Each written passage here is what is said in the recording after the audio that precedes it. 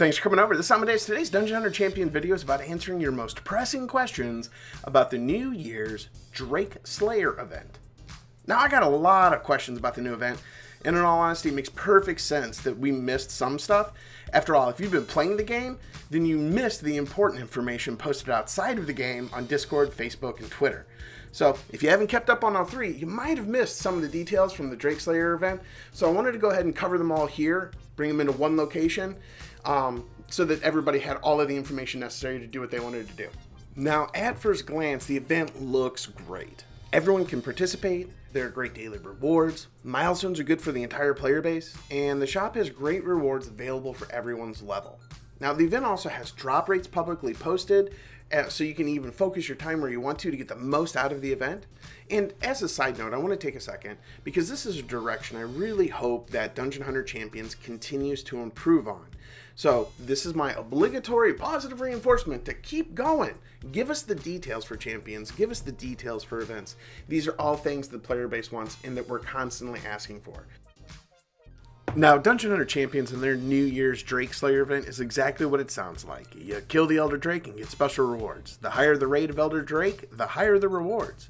Some important details that are missing from that synopsis, however. You get points just for completing the levels, and as you can see, the levels have been tiered into two groups, which is better than the KOF event that we had recently, and this gives a real reason to drive after the next level.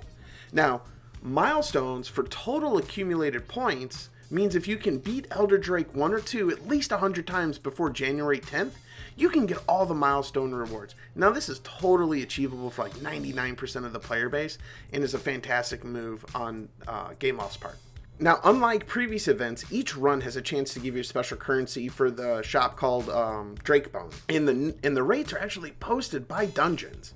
So this is huge, right? So currently, I think a pre-flight Elder Drake 11 team looks to be the very best option for maximizing your time. So if you have one or know of one, drop it in the comments below, share with the community. I personally don't have one. So for most of us mid-gamers, this means a pre-flight Elder Drake team, and Elder Drake 10 team rather, and I'll go ahead and post one of those in the video as well. Now, shop items are amazing. Given the availability of this event to everyone, it's really going to be game-changing for a lot of players out there. So kudos around this too. Once again, obligatory positive reinforcement for the right behaviors. So I don't know anyone who isn't stoked about this change to the shop and the availability of it for everyone. This is just great news for a lot of players. Finally, there is one more component to the event, and this is the event ranking. So if you look at the event ranking goals, this is really for the end players so that they have something more to strive for. And this is great for those uber competitive top end players out there who want more. Now, I'm happy because I know I'm going to get at least 5,000 gold because that's the bottom reward, and everybody can expect to get that, right? So something for nothing, basically, and that's fantastic. So without further ado, let's actually get into a couple of runs with the Elder Drake. Alrighty, so here's a real basic team. It's not going to be fast, it's not going to be pre-flight, but what it will be is free to play. Every single one of these units is a 3-star. Now, I'll be honest, you could easily replace Garai with the Water Spearman, but I just refuse to advertise the Water Spearman right now because he's just, even after that recent buff, he's still just awful. And there's still a bunch of load screens that say that he should be 6-starred and he should be your farmer, which is not true. So I refuse on principle to endorse that particular unit. So that said, what you do have is you have 2 DPS, which are your Valkyries, Rhoda and Sigrun. Sigrun's free, and so is Rhoda. If you don't have Rhoda, I'll put like my code in the description and run something along the bottom. Just get them, right? Or get her. It's super easy. Great unit, used everywhere.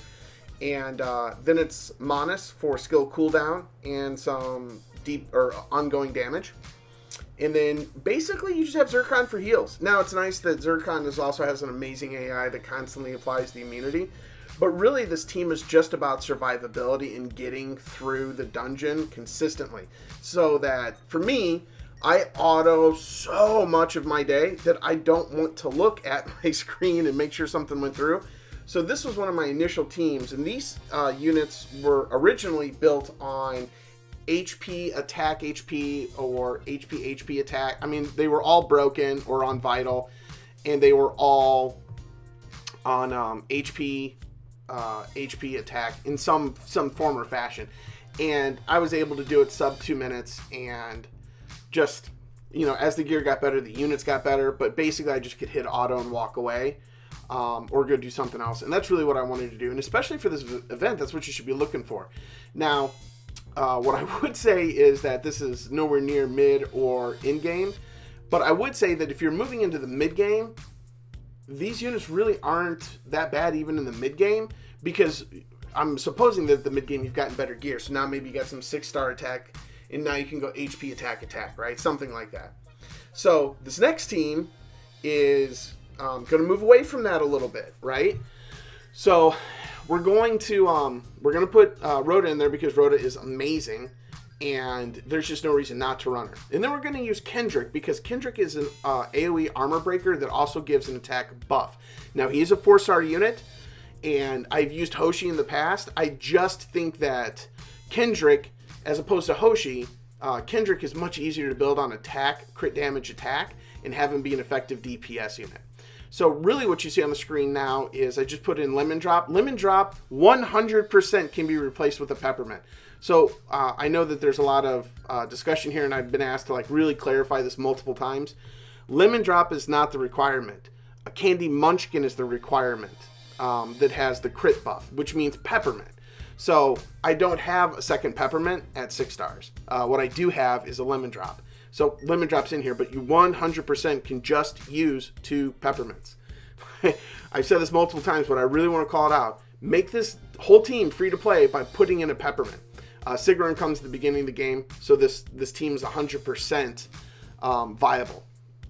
And really what it is now every unit is a DPS unit, basically. There's no heals, and the whole idea is that you're just going to burn through this entire dungeon, or this entire raid, and everybody stays alive. And then the entire team will pre-flight.